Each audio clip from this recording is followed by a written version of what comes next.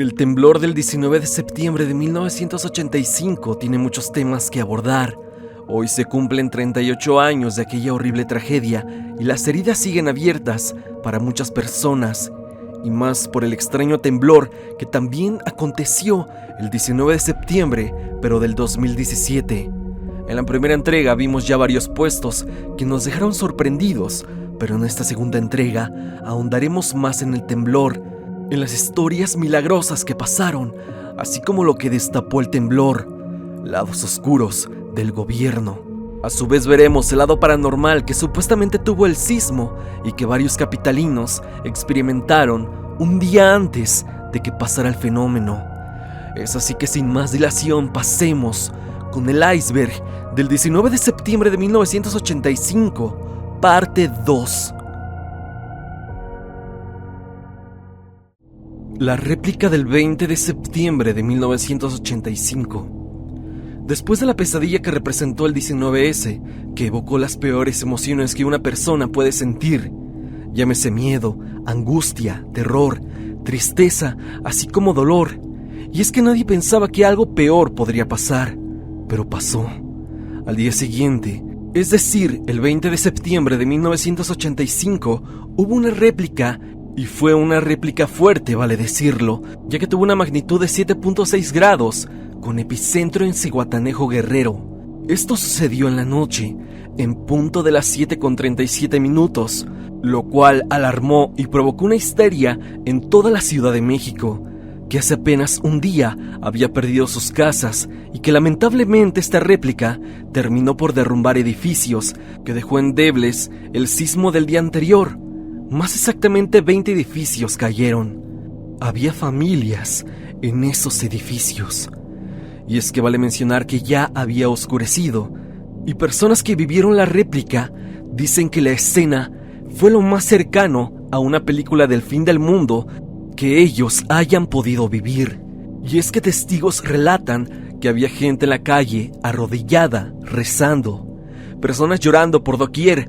Y era esto último lo que más hacía escándalo, aseguran muchos, y la gente corriendo por todos lados hacía pensar que el apocalipsis había llegado. Lo peor de la réplica, como hemos visto, fue la caída de varios edificios, pero sobre todo el asentamiento de las ruinas, lo que complicó las labores de rescate para aquellos que yacían entre los escombros.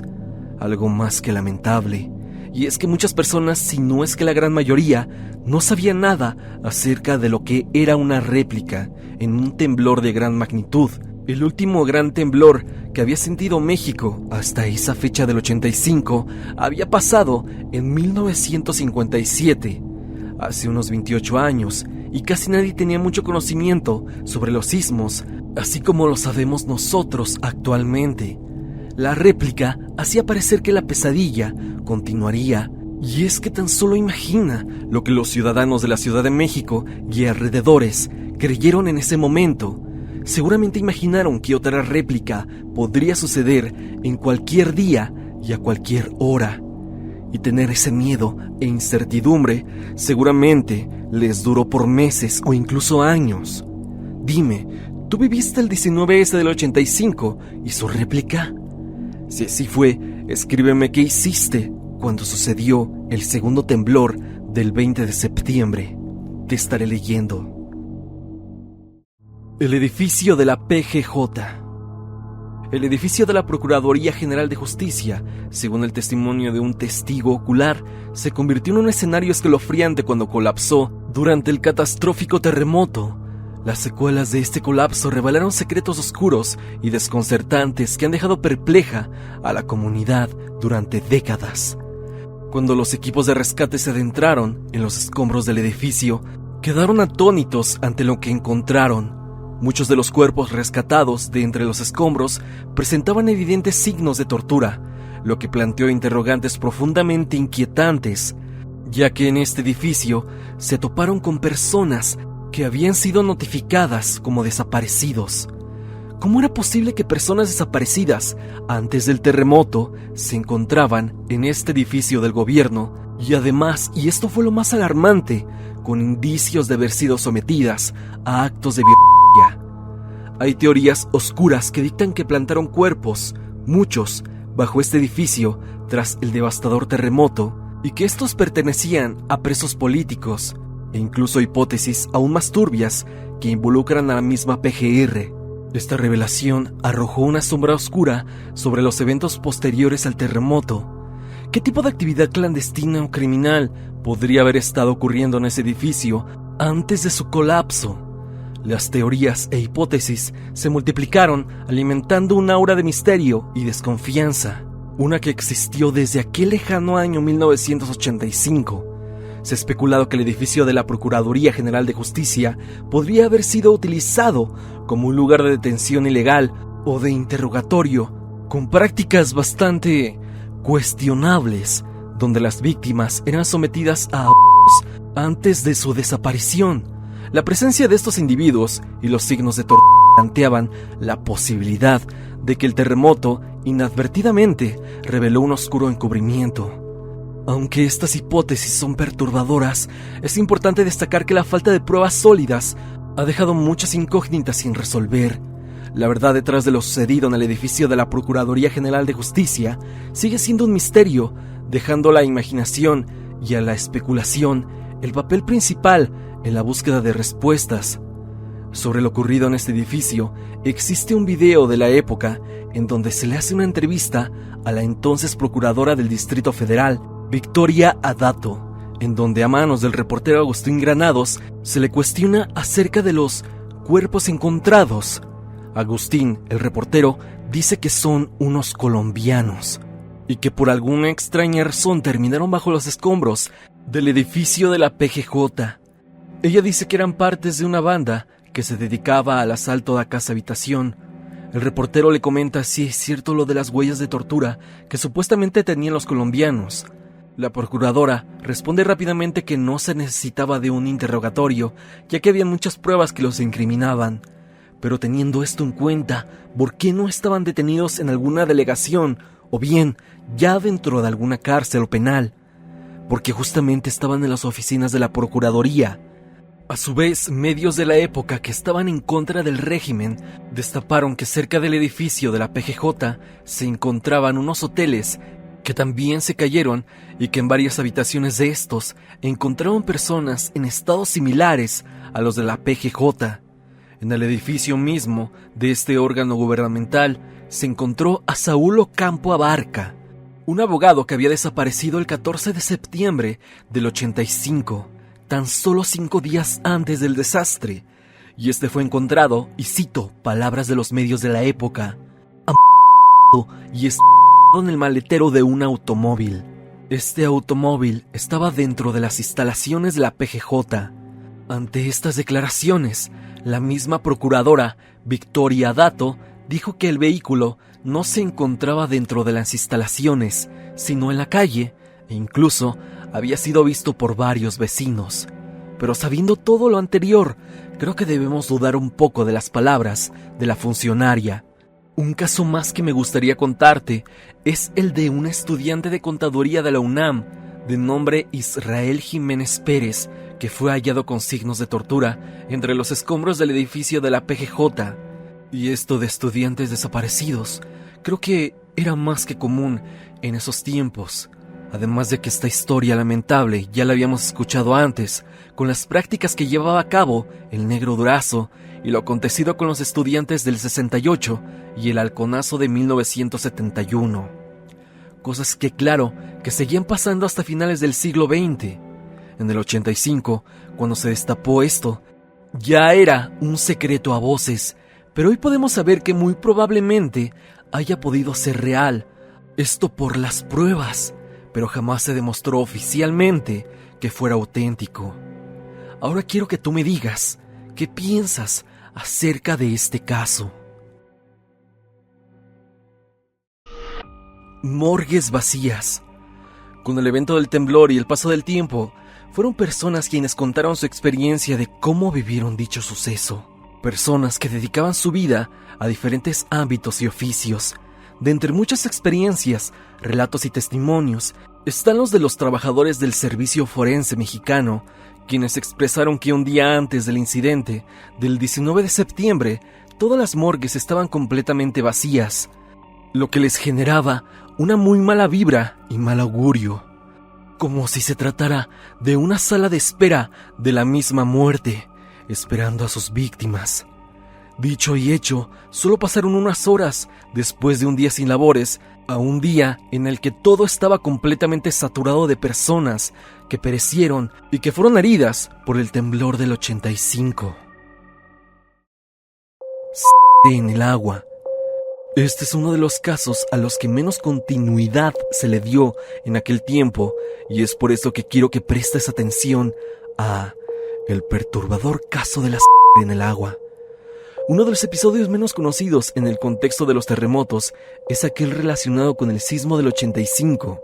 Y entre los muchos problemas que surgieron, uno de los más enigmáticos y perturbadores fue la presencia de sangre en el suministro de agua potable de la ciudad.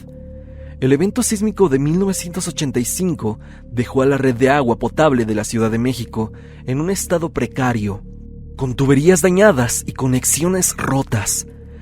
Esto creó una serie de problemas de saneamiento y suministro de agua que tuvieron un impacto profundo y haciendo aún más difícil la situación que se vivía en aquel año. Pero lo que más desconcierta a las personas es la misteriosa aparición de en el agua potable de la ciudad. Aunque he buscado información exhaustivamente, no he encontrado una explicación clara para este fenómeno. ¿Cómo pudo llegar al suministro de agua potable de la ciudad? Esta pregunta ha desconcertado a investigadores y residentes por décadas. Una teoría sugiere que la sacudida del terremoto podría haber dañado la infraestructura de las morgues o de los hospitales, permitiendo que todos los fluidos que salen de esos lugares se filtraran en el sistema de agua subterránea. Otra posibilidad es que las cañerías dañadas en sí mismas hayan causado este extraño fenómeno al entrar en contacto con el agua contaminada por residuos biológicos en el suelo. A pesar de que este líquido vital en el agua potable de la ciudad ha sido objeto de especulación y muchas teorías, no se ha encontrado evidencia concreta que aclare completamente este misterio. Cabe mencionar que este caso es por más escabroso si lo sobrepiensas más y más. Pensar que aquella que corría a través de las tuberías y salía por las llaves de agua fuera la misma que derramaron las personas afectadas eriza la piel de cualquiera que esté escuchando el puesto de este macabro iceberg. Me gustaría saber qué piensas acerca de este no muy conocido acontecimiento ocurrido tras el terremoto de 1985, y si llegaste a ver algo parecido en este y otro tipo de desastres naturales, aquí abajo en la caja de los comentarios te leeré. 1 más 9 más 8 más 5. Miré esto en los comentarios de la primera parte de este iceberg y me pareció por demás interesante. Resulta que al sumar los números del año en que ocurrió el temblor del 85, que es el número 1, 9, 8 y 5, veremos el curioso resultado del número 23. El usuario que me dejó este comentario hace uso de algo tan superficial para exponer que, a sus palabras, esto podría ser un aviso de que algo similar ocurrirá al siguiente 19 de septiembre, dentro de pocos días. Yo sé que esto es demasiado rebuscado, pero resulta cuanto más curioso el hecho de sumar los números y ver que el resultado es 23, haciendo alusión al presente año. Solo por eso pongo este puesto aquí, como curiosidad y para saber qué opinas acerca de la suma de estos números. El Parque del Seguro Social. Durante el devastador terremoto del 85, el Parque del Seguro Social, que hoy en día ya es parte de la historia como un lugar extinto, desempeñó un papel crucial en la respuesta de la tragedia. En este momento de emergencia, este parque, o bien este estadio de béisbol, fue rápidamente acondicionado y transformado en un sitio de contención humanitaria. Su principal función fue proporcionar un refugio temporal y digno para los miles de cadáveres que quedaron como resultado de la catástrofe, con la esperanza de que pudieran ser reconocidos y entregados a sus seres queridos. Fue el campo de béisbol del Parque del Seguro Social que tras el lamentable acontecimiento se vio la necesidad de utilizarse como una morgue improvisada. Las imágenes, para quienes pudieron ver, eran dignas de una película de terror, pues al parque llegaban montones y montones de cajas de madera que se notaba que habían sido hechas rápidamente. Estas poseían los restos biológicos de aquellos desafortunados que perecieron. Se habla que eran desde personas completas en su totalidad a restos que, por la manera en la que fueron aplastados, se veían en la necesidad de trasladarlos por partes. Tan solo imagina las personas que tuvieron la tarea de poner a las personas en aquellas cajas. Tengo un familiar que ayudó en las labores de rescate y estuvo presente en el parque del Seguro Social. Él asegura que el olor era insoportable y que no podías acostumbrarte a él, simplemente sobrellevarlo. Este espacio se convirtió en un punto de encuentro y despliegue de equipos de rescate, médicos forenses y voluntarios que trabajaron incansablemente para identificar a las víctimas y brindar consuelo a las familias afectadas. Durante semanas, el Parque del Seguro Social se llenó de historias y recuerdos, un testimonio conmovedor de la resistencia y la solidaridad del pueblo ante la devastadora catástrofe que había vivido. Actualmente en esta zona existe una plaza llamada Parque Delta, la cual ya se ha hablado en muchos canales, incluido el mío, que tiene actividad paranormal bastante alta, y muchos desconocían por qué, hasta que se escarbó un poco en su pasado y se supo que fue una morgue improvisada del temblor del 85, un lugar con un pasado de verdad lúgubre y que forzosamente tenía que estar en este iceberg.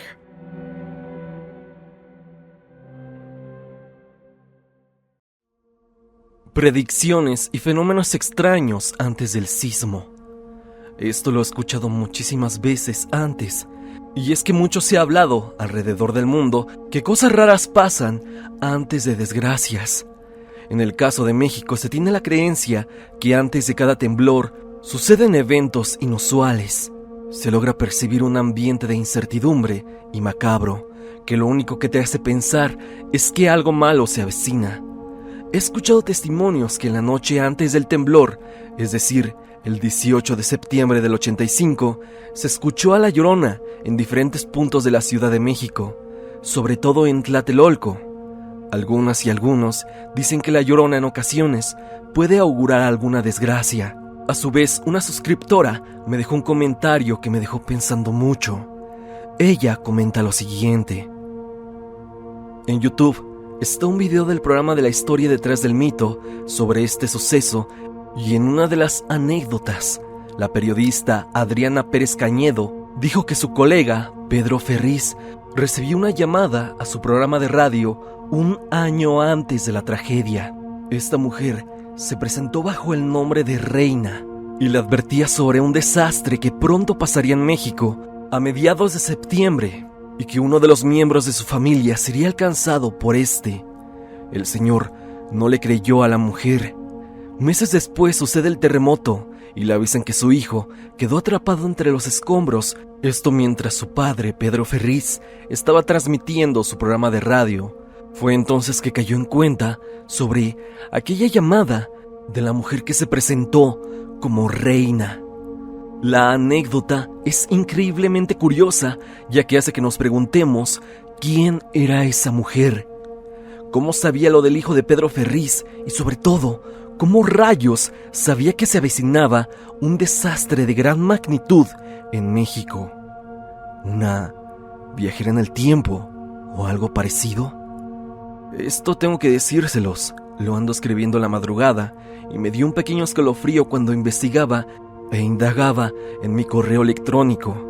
Y es que, tratando de encontrar info sobre el temblor, hallé un correo del 20 de marzo del 2021, donde un suscriptor de nombre Brando me cuenta rápido y sin mucho detalle lo siguiente.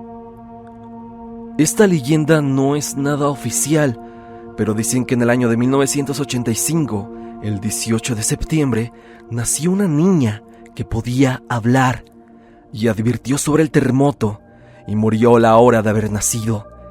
Esto me lo han contado varios tíos y algunos compañeros de la escuela. Sé que esta última anécdota podría sonar muy irreal y exagerada, Pero con lo ya escuchado, tan solo imagínate la escena de ver a un bebé hablando, augurando lo que pasaría el siguiente día. En la primera entrega hablamos de Rodrigo, un cantautor que falleció el 19S en el edificio donde habitaba, que era de la colonia Juárez. Este compositor tenía una canción llamada Vieja Ciudad de Hierro, que claro, es dedicada al Distrito Federal y que por sus versos y rimas crea escenarios imaginarios que nos recuerdan directamente al temblor y lo que dejó a su paso, y cómo es que dejó a muchas edificaciones de la Ciudad de México. Te invito a escuchar esta canción y relacionarla con lo sucedido el 19 de septiembre. Este puesto podría dejarnos angustiados, ya que no sabemos si algo que escuchemos, algo que nos cuenten, podría predecir lo que tal vez en un futuro vendrá. Lo mejor es mantenernos firmes y no sugestionarnos. Y ahora pasemos con el siguiente puesto del iceberg. Milagro de 1985. Ya en este punto del video, está de más decir que fueron días angustiantes, donde miles de casas y edificios quedaron reducidos a escombros y la nación se sumió en un doloroso luto. Sin embargo, en medio de la desolación y el sufrimiento, ocurrió un asombroso episodio que se convertiría en una fuerte esperanza, tomado como uno de los milagros que todos esperaban, pero que no muchos tuvieron. Entre los escombros de las estructuras colapsadas de un hospital, un grupo de valientes rescatistas cuya vida estaba dedicada a la búsqueda de sobrevivientes hizo un descubrimiento verdaderamente milagroso. Después de casi una semana bajo toneladas de concreto y metal, encontraron a bebés que aún respiraban. La supervivencia de estos pequeños, a pesar de las condiciones extremadamente adversas, conmovió a todo el país y al mundo entero. Este extraordinario suceso fue interpretado por muchos como el milagro del terremoto del 85. En medio de la tragedia, la idea de que la vida pudiera perdurar y florecer incluso en las circunstancias más desafiantes y adversas, brindó un rayo de esperanza para todos aquellos que yacían sin ella. Estos bebés que emergieron de entre los escombros como símbolos de la tenacidad y resiliencia, sin mentir, unieron a la nación en su determinación de reconstruir y sanar. La historia de estos pequeños sobrevivientes se convirtió en un hito, y cabe recalcar que estos pequeños son considerados como un milagro porque aparte de mantenerse vivos durante un aproximado de 5 días, esto luego de la tragedia, lograron hacer su vida como si esto no hubiera ocurrido, sin lesiones, sin marcas y sobre todo, sin recuerdos de un aterrador terremoto que marcó sus vidas. Entre los conmovedores relatos de supervivencia que perduran en la memoria colectiva del terremoto, destaca el caso de la pequeña Yasmín, cuya historia se convirtió en un símbolo de esperanza en la tragedia. Yasmín había llegado al mundo el día anterior del devastador terremoto. Nació en el Hospital Juárez a las 6 de la tarde. Sin embargo, las circunstancias que rodearon su nacimiento fueron extremadamente desafiantes. La madre de Yasmín, que acababa de dar a luz, no pudo abandonar el hospital a tiempo antes de que la tragedia golpeara. El terremoto que tuvo lugar el día después de su nacimiento cambió drásticamente el curso de su vida. Trágicamente, la madre de Yasmín perdió la vida ese mismo día debido al colapso del hospital. Yasmín quedó entonces bajo el cuidado de su padre, quien se enfrentó a la abrumadora responsabilidad de criar a su hija con la marca para toda su vida. Un suceso que no se logra olvidar, en donde algo tan hermoso como lo es una nueva vida determinaría el final de otra. Sin duda alguna, y como mínimo, el milagro del 85 tenía que tener una mención en este iceberg. Me gustaría saber qué piensas en relación a esto. Sería demasiado interesante leer que alguno de ustedes fuese amigo o familiar de uno de estos bebés que lograron sobrevivir a 8.1 grados de sufrimiento y devastación.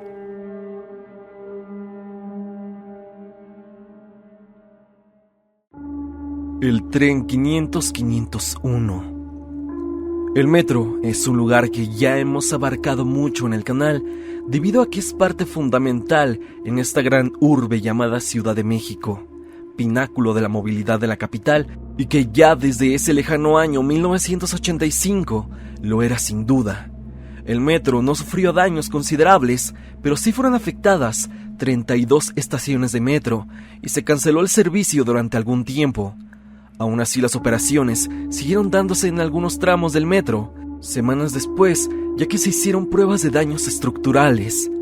Muchos quizá recuerden que el transcurso de la línea 2, justamente sobre la avenida Tlalpan, era un paseo lúgubre, donde se divisaban edificios caídos, ruinas y escombros a los costados del transporte. Una visión pavorosa, sentimiento que logran transmitir las fotografías que tomaron varios justamente del metro pasando al lado de esas edificaciones caídas. Pero si algo nos puede causar más incomodidad que esto, es lo que supuestamente sucedió con un tren en específico del metro de la Ciudad de México. Se habla que el tren 500-501, que entre los operadores del metro se comenta que fue el primer tren que tuvo la desdicha de pasar por alguien que cayó a las vías. A este se le consideraba como maldito entre el personal del metro, pero como si alguna clase de coincidencia extraña cayera sobre el tren 500-501. Este tiene una historia más oscura todavía. Cuando pasó el temblor, la zona que más se vio afectada fue el centro y el centro sur de la capital. Las pérdidas eran evidentes y muchos servicios de emergencia no podían con toda la carga que suponía mover todos los restos. Por lo que supuestamente este tren, el 500-501, fue ocupado para transportar a todos aquellos que fueron sacados de entre las ruinas y que no tenían signos vitales, y así llevarlos a las diferentes morgues y servicios forenses correspondientes. Se habla que un alto mando del transporte colectivo ordenó usar este tren ya que se encontraba en el centro de la ciudad, donde, te repito, hubo más daños.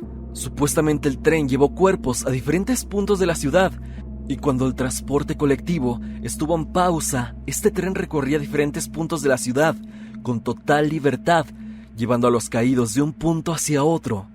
Esto tengo que decírtelo, se hizo con total secretismo y hubo mucho hermetismo en toda la operación. Pero el gobierno tuvo que hacer esto porque era la única forma de mover a tanta gente. Semanas después del siniestro y cuando las operaciones del metro se reanudaron, usuarios afirmaron que este tren en especial poseía un olor horrible, un olor desagradable que se hacía cada vez más intenso, y a veces era difícil viajar en este convoy. Pero lo más escalofriante sin duda era que muchas personas, incluso también personal del metro, aseguraron presenciar apariciones fantasmales justamente en el convoy 500-501. Gente que aparecía y desaparecía de un momento hacia otro. Entidades sobrenaturales que interactuaban con las personas y que muy seguramente eran de aquellos que fueron transportados en el subterráneo. Y que según por un comentario que leí, los incineraron y las cenizas fueron esparcidas por la estación de metro Barranca del Muerto, que en el 85 todavía no había sido abierta y que se concluyó hasta finales de ese año. El tema del tren 500-501 deja pensando mucho y causa escalofrío que el metro tenga un secreto tan oscuro y sobre todo tan bien encubierto. ¿Tú qué opinas acerca del presente tópico? Te leo en los comentarios.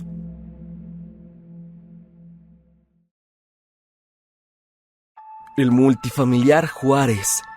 Este puesto se halla aquí porque personalmente me resulta muy peculiar la historia de este sitio.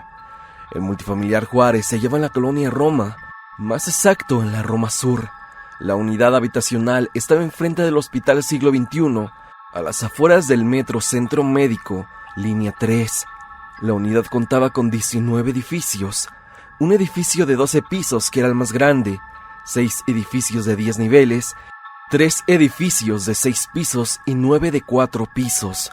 984 departamentos eran ocupados por diferentes familias. Se contabilizaba que lo habitaban alrededor de 3,000 personas. Estos fueron diseñados por el popular arquitecto de la época, Mario Pani, y se terminaron de construir en el año de 1952. Este multifamiliar tenía una visión futurista de ese tipo de unidades habitacionales, las cuales tenían murales por parte del artista Carlos Mérida, los cuales adornaban las fachadas de los edificios. Muchísima gente llegó y habitó las enormes torres de departamentos, los cuales a tan solo 5 años de haber sido inaugurados, sufrirían un percance que parecía ser un mal augurio de lo que sucedería después. El 28 de julio de 1957, un fuerte temblor de 7.8 grados sacudió a México. Este afectó a varias edificaciones y, según investigaciones, fueron dañados 9 inmuebles, al igual que edificios. Entre ellos, el edificio B4 del multifamiliar Juárez. Más exactamente, una torre de 10 pisos había perdido las escaleras que daban acceso a los departamentos. Estas fueron completamente derribadas y los residentes se quedaron atrapados en sus departamentos. Equipos de emergencias tuvieron que bajarlos poco a poco. Esto parecía ser la antesala de lo que acontecería 28 años más tarde. La mañana del jueves 19 de septiembre del 85, gente salía de sus departamentos en dirección a su trabajo. Jóvenes y niños recorrían los andadores de la unidad habitacional Juárez, cuando de pronto la tierra comenzó a temblar. Muchos aún estaban en sus hogares durmiendo, y ahí quedaron. Varias torres de este multifamiliar se vinieron abajo, esto con sus inquilinos adentro. Para ser exacto, 10 de sus 19 torres fueron alcanzadas por el temblor. Obviamente fueron las más grandes, y es que se combinó la falta de conocimiento del subsuelo, así como que jamás se había vivido un sismo como el de aquella mañana, la cual cambió para siempre la forma en cómo edificios eran construidos en México. Al principio del puesto dije que me resultaba curioso el caso del multifamiliar Juárez, debido a que este sitio en específico tiene una historia muy peculiar. Hace décadas, este mismo predio fue un camposanto del año 1871 a 1882. Aquí se encontraba el Panteón General de la Piedad, un panteón que fue borrado del mapa, ya que sobre él se construyó una escuela. Así es, hay leyendas ciertas de escuelas que fueron construidas sobre panteones, y posteriormente, después de la Revolución Mexicana, se erigió el Estadio Nacional de México en los años 20, pero fue hasta el año 1949 cuando se llevó a cabo la demolición del estadio debido a su deterioro, y fue en 1950 cuando se construyó el multifamiliar Juárez. Y bueno, ya conocimos su final. Actualmente existen 9 torres del multifamiliar Juárez, y donde se encontraban las demás torres es ahora un parque lleno de canchas de fútbol y zonas recreativas.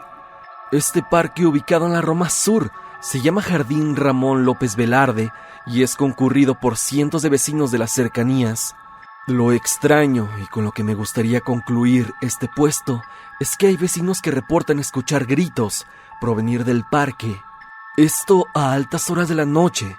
Yo mismo he visto cosas inusuales en el parque, además de que conocidos viven cerca de la zona y me han reportado múltiples veces que recurrentemente en las zonas donde está el parque y las canchas son encontrados trabajos de brujería, así como animales sacrificados, gallinas y demás cosas.